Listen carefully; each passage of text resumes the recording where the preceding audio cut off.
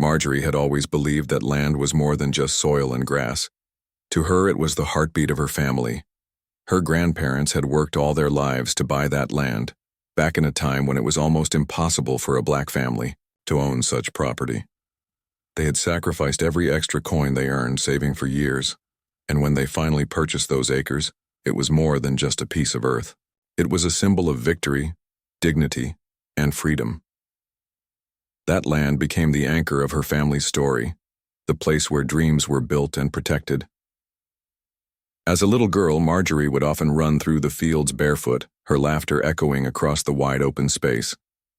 Her grandmother used to sit on the porch with a cup of sweet tea and tell her stories about how hard it was to buy this land. She would explain how some people didn't want them to have it, how they faced cold stares in town, and how they were even told to give it up. But her grandparents never gave in. They stood tall, signed those papers, and kept the land in their name with pride. Marjorie grew up carrying that story like a shield, knowing this place was not just property but a promise. As she grew older, life took Marjorie in many directions. She went to school, worked in the city, and raised her own children. But no matter where life led her, the land always called her back. Whenever she needed peace, she would return to that soil, walk among the tall grass, and feel close to her ancestors. It wasn't the most modern piece of property. There were no fancy buildings, no big gates, no shopping centers nearby. It was simple and quiet. But that was exactly what made it priceless to her. Over the years, people tried to buy it from her. Developers came with smooth smiles and big offers, promising her more money than she had ever seen.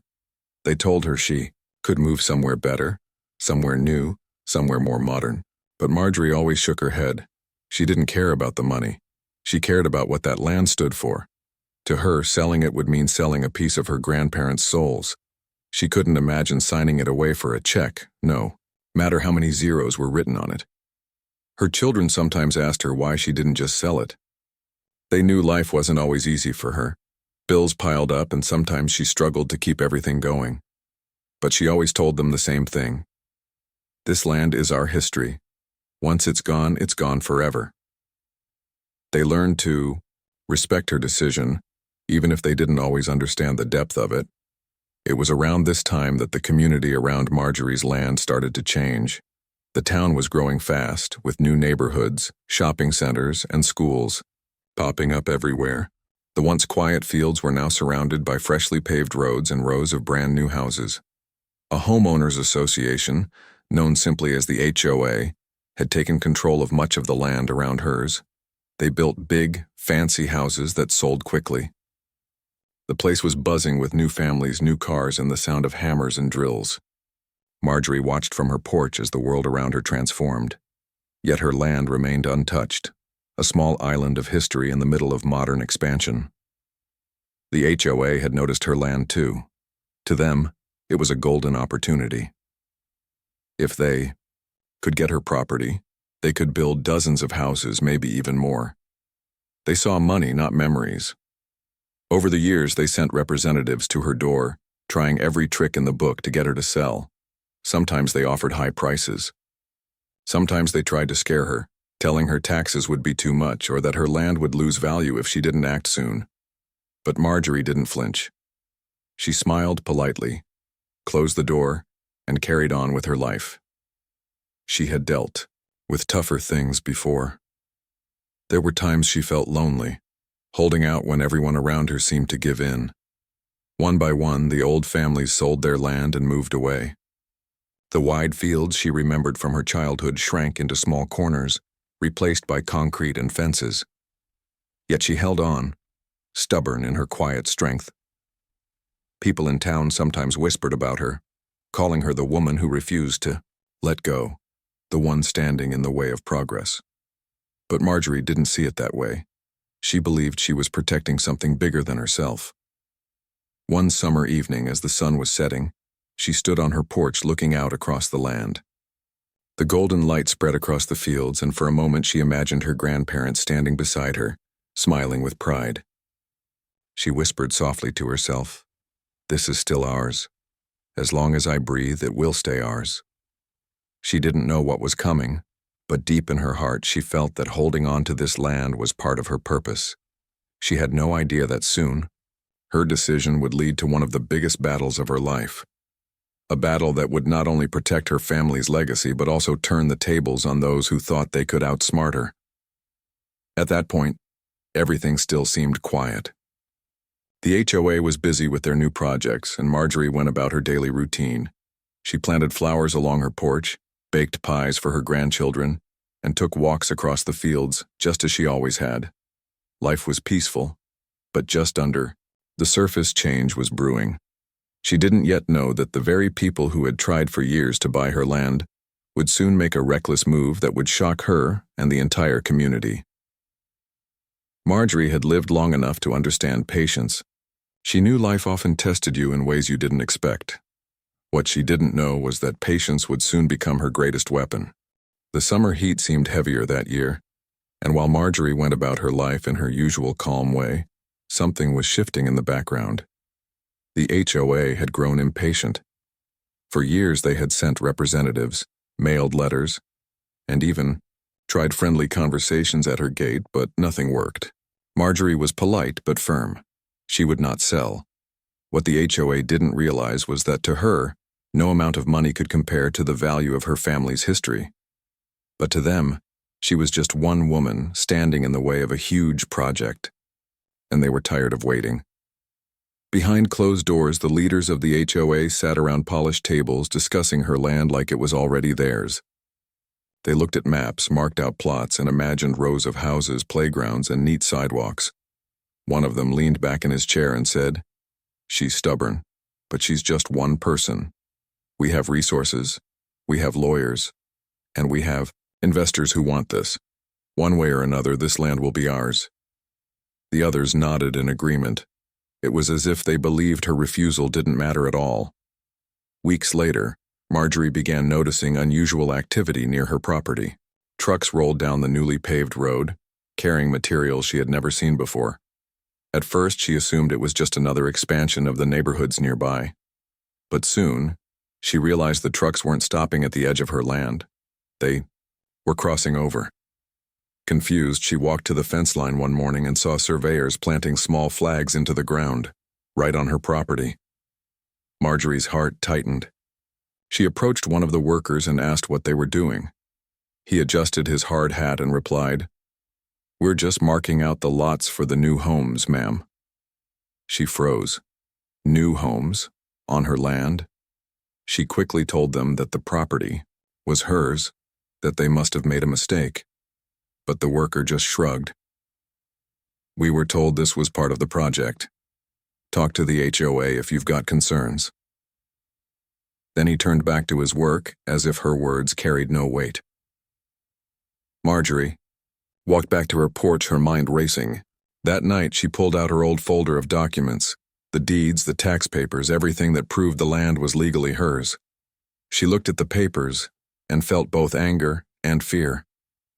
The HOA wasn't making an offer anymore. They were moving, as if they already owned it. In the weeks that followed, the sound of construction grew louder. Bulldozers dug into the soil where she had once played as a child. Cement trucks poured foundations, and wooden frames began rising quickly. Within months, the empty fields she loved were replaced by skeletons of new houses. 96 of them, lined up row by row, each one eating away at her family's legacy. Neighbors began whispering. Some said Marjorie must have finally sold. Others shook their heads and wondered how she could let it happen. To many, it looked like she had given up. But she hadn't signed a single paper. She hadn't agreed to a single deal. She watched, quietly, her heart heavy but her mind sharp. The HOA celebrated their progress. At meetings, they praised themselves for pushing forward. They called it progress and growth. They boasted about how many families would soon be moving in, how property values would rise, and how the community would flourish. But behind their proud smiles, they had no idea they were building on land they did not legally own. Marjorie, however, did not rush into action.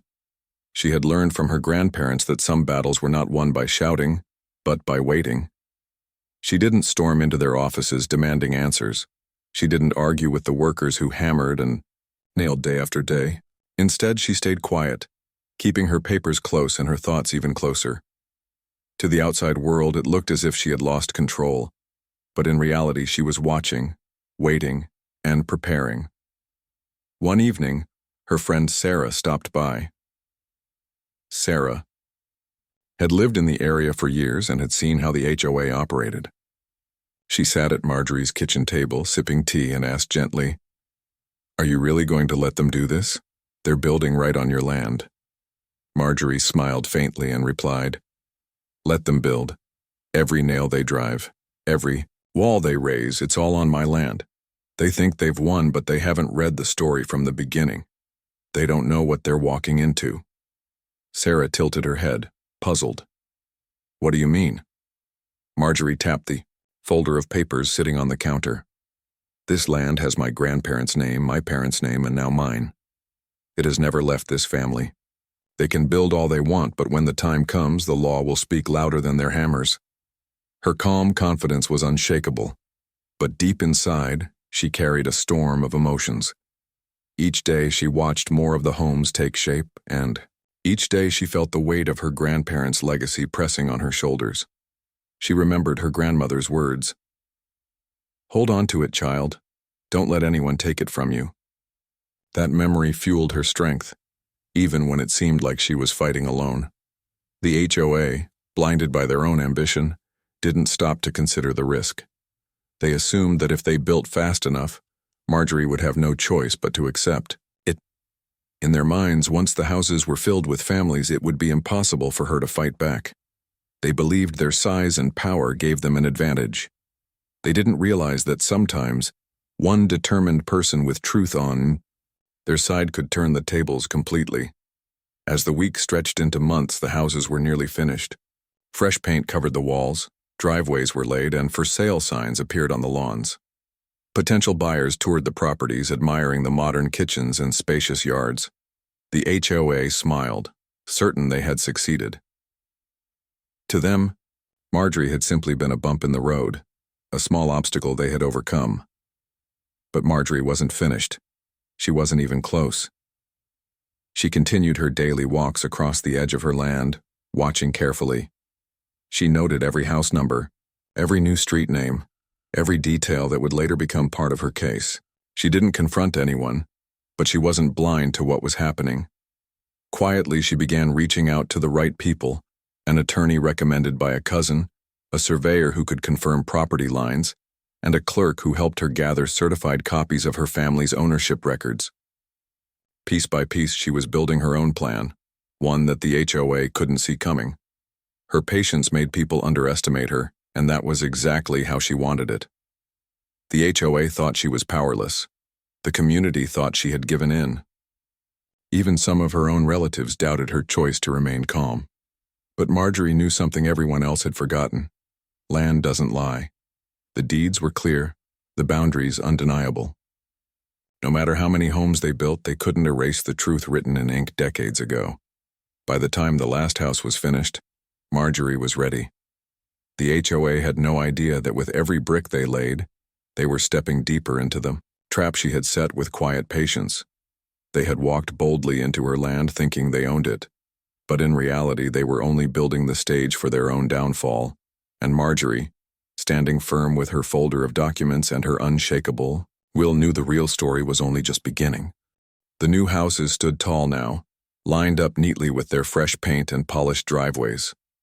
Cars parked in the front, families moved in with boxes, and children's laughter began to echo in the streets. To anyone passing by, it looked like a successful neighborhood.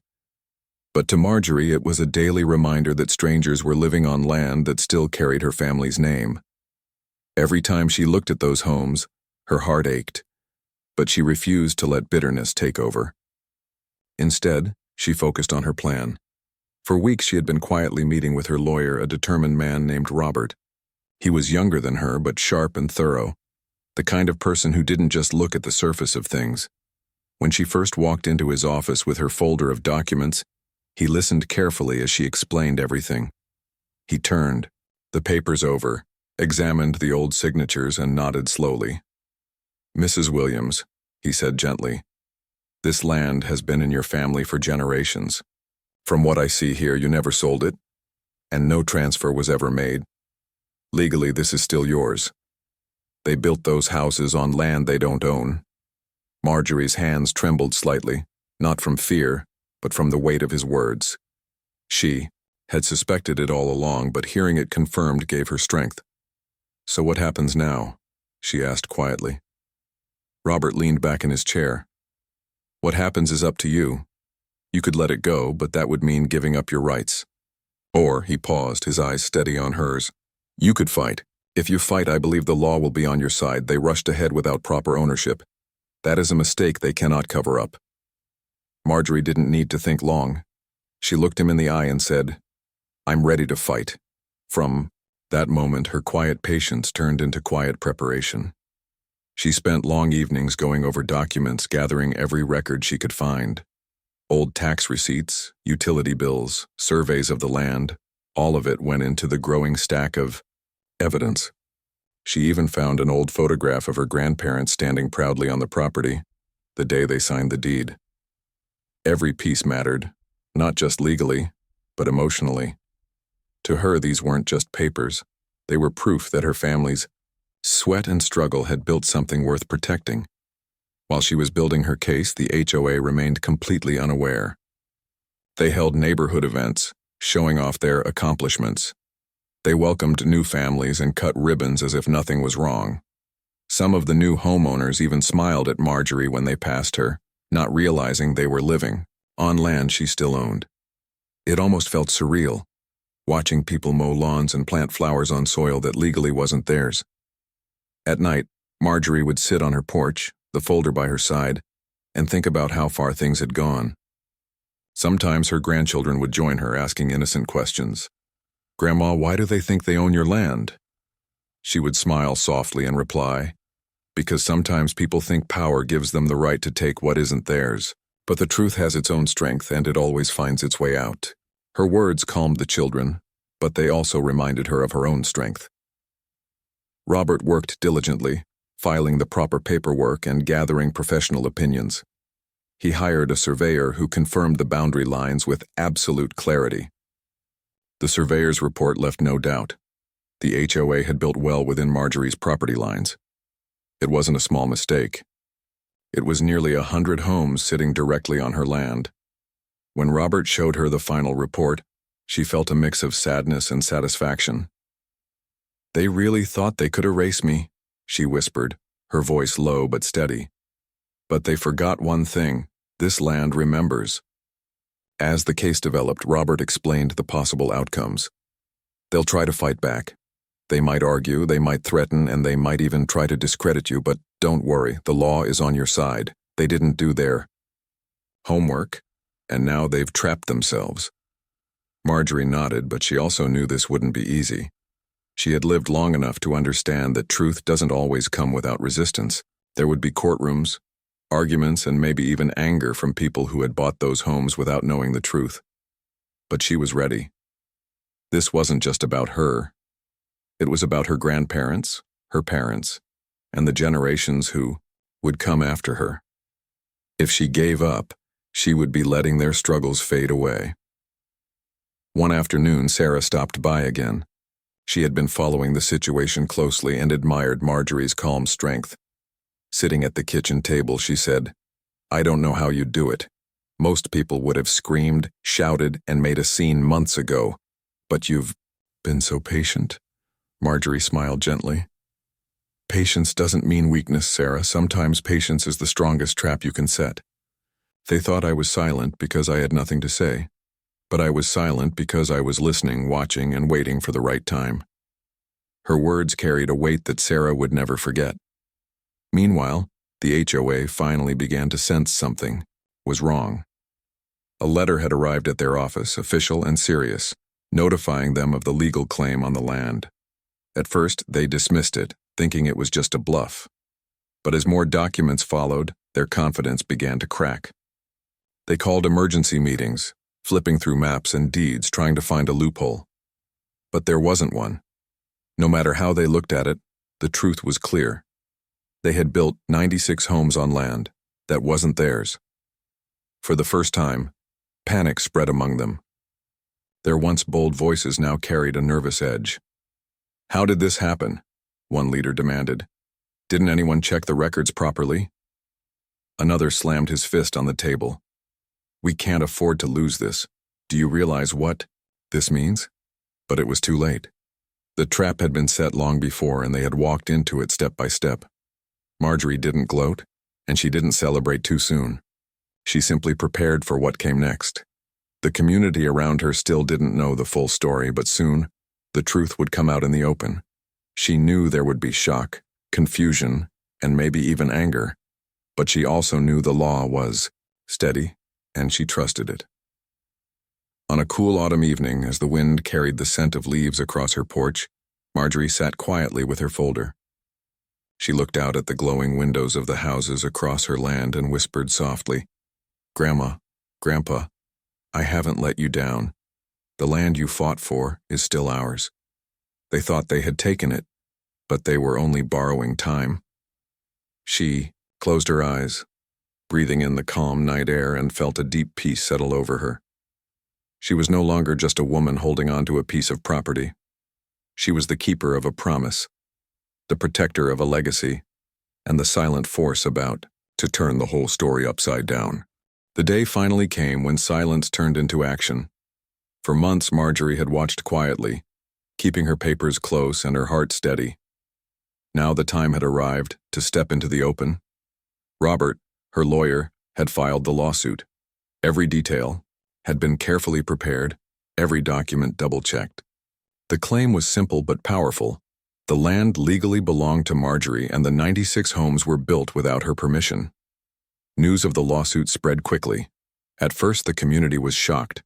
Many of the new homeowners had no idea that their beautiful houses were sitting on land that didn't legally belong to them. Some felt nervous, others angry, and a few even refused to believe it. They thought it must be a mistake or perhaps a misunderstanding. But as the details came out, the truth became harder to ignore. The HOA had made a grave mistake. Inside the HOA offices, the mood was heavy.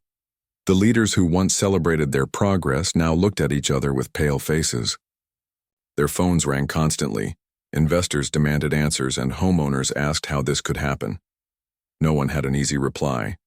They knew they had pushed forward too quickly, too confidently, without securing the legal foundation they needed. And now, they were trapped. Marjorie, however, remained calm. She didn't rush into the spotlight, and she didn't raise her voice. She walked into the courtroom with quiet dignity, her documents neatly organized in a folder she had carried for decades. She wore a simple dress, her posture straight, her eyes steady. To her, this wasn't just about land. It was about respect, justice, and honoring the sacrifices of those who came before her. The courtroom buzzed with whispers as the case began. On one side sat the HOA leaders with their expensive suits and high-priced lawyers. On the other side sat Marjorie and Robert, her lawyer, armed with truth and patience. Many in the community filled the seats, curious to see what would unfold. It was more than just a legal case now. It was a story of one woman against a powerful organization, and everyone wanted to see how it would end. Robert opened the case with steady confidence. He laid out the timeline clearly, showing the court the original deed from decades ago, passed down from Marjorie's grandparents to her parents, and finally to her.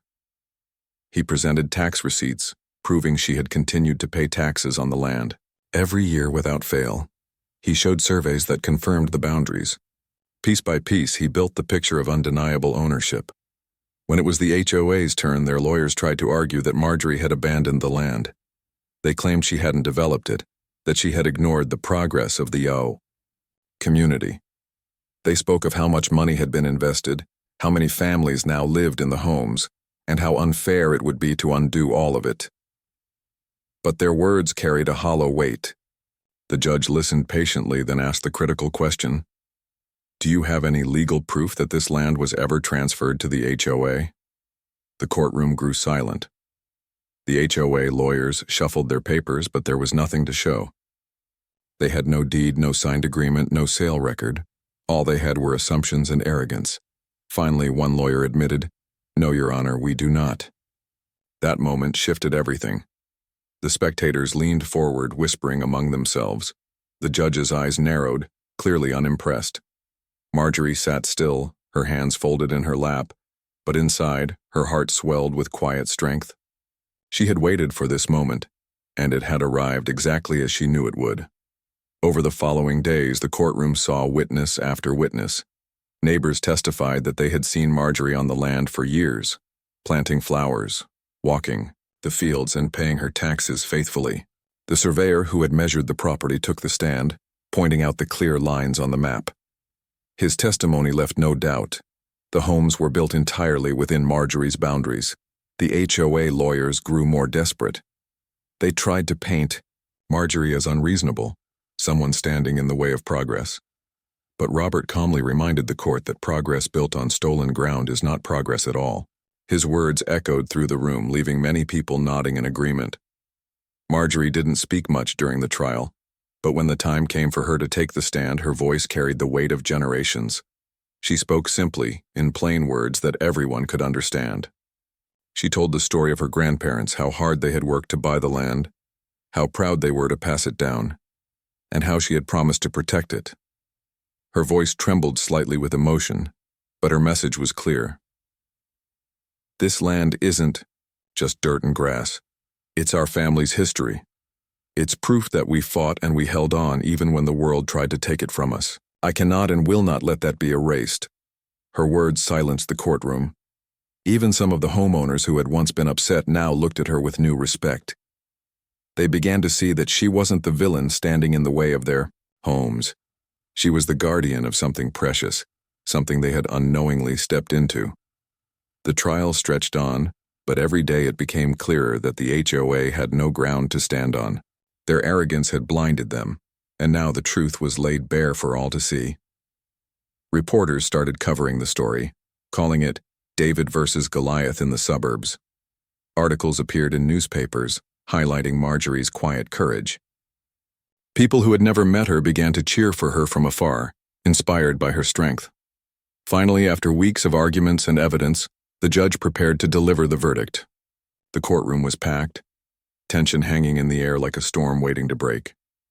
Marjorie sat calmly, her hands resting on the folder that had carried her family's legacy for so long. She whispered a silent prayer, not just for herself, but for her grandparents, whose dreams she was protecting. The judge's words were steady and clear. He acknowledged the evidence, the history, and the undeniable fact that the land had never left Marjorie's family's ownership. He ruled in her favor, declaring that the HOA had built illegally on her property.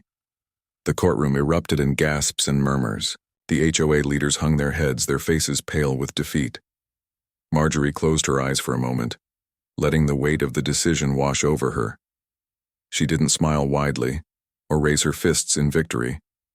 Instead, she exhaled deeply, a sigh that carried years of patience, quiet strength, and unwavering belief. She had done it.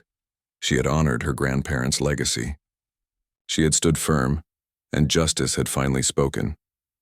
As she left the courtroom, people approached her to shake her hand, to thank her, and to tell her how inspired they were by her story. Some of the homeowners looked nervous, unsure of what the ruling meant for them, but Marjorie treated them with kindness. She knew they were caught in the middle, just as surprised as she had once been. That evening, Marjorie sat on her porch again, the sunset painting the sky with warm colors. She looked across at the rows of houses and whispered softly, "The truth always finds its way." Her trap had worked, not with anger or noise, but with patience, faith, and the power of justice. And now, the next chapter was waiting to unfold. The courthouse victory was only the beginning. Once the judge ruled in her favor, Marjorie finally had what she needed, recognition that the land was still legally hers. But that decision opened the door to a much bigger problem, the 96 homes already standing on her property. Families had already moved in, children were playing in backyards, gardens had been planted, and yet, every inch of it sat on land that belonged to her. The ruling left the HOA in shock. Their leaders held emergency meetings trying to figure out how to fix the disaster they had created. Investors demanded answers, homeowners demanded protection, and lawyers demanded strategies. But no matter how many times they circled around the table, the truth remained the same. They had built on land they did not own, and the woman they had underestimated now had full control. Marjorie, meanwhile, carried herself with the same quiet dignity she always had. She didn't rush to evict anyone, nor did she raise her voice in anger. She knew this was bigger than just a personal win. It was a situation that required wisdom, patience, and balance. While she had every legal right to remove the houses, she also understood that the families who lived there weren't the ones who had wronged her. They had simply bought homes, never realizing the truth hidden beneath the soil. Robert explained the options to her clearly. Legally, you can demand that the houses be removed. You could also choose to sell the land back to the HOA or to the homeowners for a fair price. Either way, the choice is yours. The law has given the power back to you. Marjorie sat quietly, her fingers brushing against the edges of the old folder. For years, she had been underestimated. People thought she was powerless, that she was just one woman standing in the way of progress. But now the tables had turned. The HOA, with all its money and power, was trapped in a situation they could not escape without her permission. Word spread quickly, and soon, people from surrounding towns began talking about her story. Some called her a hero, others called her a strategist. Newspapers described her as the woman who outsmarted the system. Reporters wanted interviews, but Marjorie politely declined most of them. She wasn't looking for fame. She only wanted justice, and now that she had it, she needed to decide what came next. The HOA eventually approached her with an offer. Their representatives, who once spoke to her with arrogance, now spoke with careful respect. They offered to buy the land at a price far higher than anything they had suggested before. It was no longer just a negotiation. It was desperation. Without her agreement, the homes would remain on land that legally wasn't theirs, and the HOA would face endless lawsuits from angry homeowners. Marjorie listened quietly, but she didn't answer right away. She knew the value of patience, and she also knew that rushing into a decision wasn't wise. She asked Robert to review every detail, to make sure that whatever choice she made would not just benefit her, but also protect her family's legacy. Meanwhile, life in the neighborhood grew tense. Some families feared they would lose their homes. Others whispered that Marjorie might evict them. A few even considered leaving before things got worse. But when Marjorie finally spoke to the community, her words carried a calm reassurance. Standing in front of a small gathering one evening, she said, "I don't blame you. You didn't know. You were told this land was theirs to sell, but it wasn't. My fight was never against you, it was against those who thought they could take what wasn't theirs. Whatever happens next, know that I'm not here to punish families. I'm here to protect a legacy." Her words touched many hearts. Some even applauded her strength and kindness, realizing how differently she could have handled the situation. The end. Marjorie chose the path that honored both her family's history and her own future. After long discussions with Robert, she agreed to a settlement. The HOA would pay her a massive sum for the land, far more than they ever expected to spend. But this time, it wasn't a purchase she was forced into. It was her decision, her terms, and her victory. The settlement ensured that her children and grandchildren would be secure for generations. She used part of the money to repair and expand her grandparents' old home, turning it into a place where the family could gather for years to come. She also set up a scholarship fund in her grandparents' names so that young people from her community could pursue education without carrying the same burdens her family once did. The HOA, humbled and weakened, never underestimated her again. Their leaders resigned quietly, embarrassed by their mistakes. New policies were put in place to ensure that nothing like this would ever happen again. In the end, it wasn't just a victory for Marjorie. It was a lesson for everyone who had watched the story unfold. As for Marjorie, she found peace in knowing she had done exactly what her grandparents would have wanted. She had protected their gift, defended their struggle, and turned a moment of injustice into a lasting triumph. She often sat on her porch looking out at the houses across the land, no longer with anger but with quiet pride.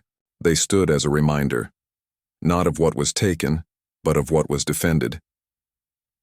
One evening, her oldest grandson asked her, "Grandma, how did you stay so calm when they were building on your land? Weren't you scared you would lose it?" She smiled, softly, pulling him close. "Child, fear doesn't protect you. Patience does. They thought my silence meant defeat, but silence can be the strongest weapon. I let them build their own trap, and when the time came, the truth did the rest." Her grandson nodded, his eyes wide with admiration. He didn't just see his grandmother as an old woman anymore. He saw her as a fighter, a protector, and a teacher. Marjorie's story became one that people told for years to come, not just in her town, but in places far away. People spoke of the woman who refused to sell her land, who waited quietly while others underestimated her, and who finally turned the tables with wisdom instead of anger. And Marjorie herself never forgot the feeling of that moment in the courtroom, when the truth came out and justice stood on her side. She carried that memory like a light in her heart, knowing she had kept her promise to her grandparents, to her parents, and to herself. She had been the guardian of the land, and in the end, she had won.